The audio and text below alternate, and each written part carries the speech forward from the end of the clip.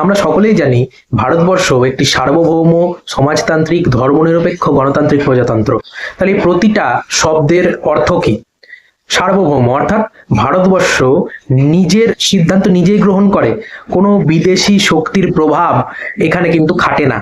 মানে কোনো বিদেশি শক্তি কোনোভাবেই ভারতের কোনো সিদ্ধান্তকে প্রভাবিত করতে পারে না। ভারত নিজের সিদ্ধান্ত নিজেই নেয়, তাই ভারত একটি সার্বভৌম রাষ্ট্র।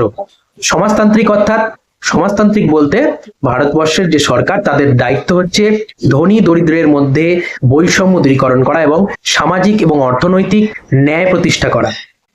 ধর্মনিরপেক্ষ অর্থাৎ রাষ্ট্রের কোনো নিজস্ব ধর্ম থাকবে না এবং প্রতিটা ধর্মকেই রাষ্ট্র সমানভাবে সম্মান দেবে এবং অধিকার দেবে। তার সাথে হচ্ছে গণতান্ত্রিক। গণতান্ত্রিক অর্থাৎ ভারতবর্ষের প্রকৃত যে শক্তি তারা হচ্ছে ভারতবর্ষের জনগণ, এবং জনগণের ভোটের দ্বারাই কিন্তু সরকার নির্বাচিত হয়। এটা হচ্ছে গণতান্ত্রিক। আর প্রজাতন্ত্র অর্থাৎ ভারতবর্ষে কোনো রকম রাজতন্ত্র নেই, এখানে কোনো রাজ পরিবারেরই সদস্য বা বংশধররা কিন্তু দেশের সর্বোচ্চ ক্ষমতায় বসেন না। কারা বসেন?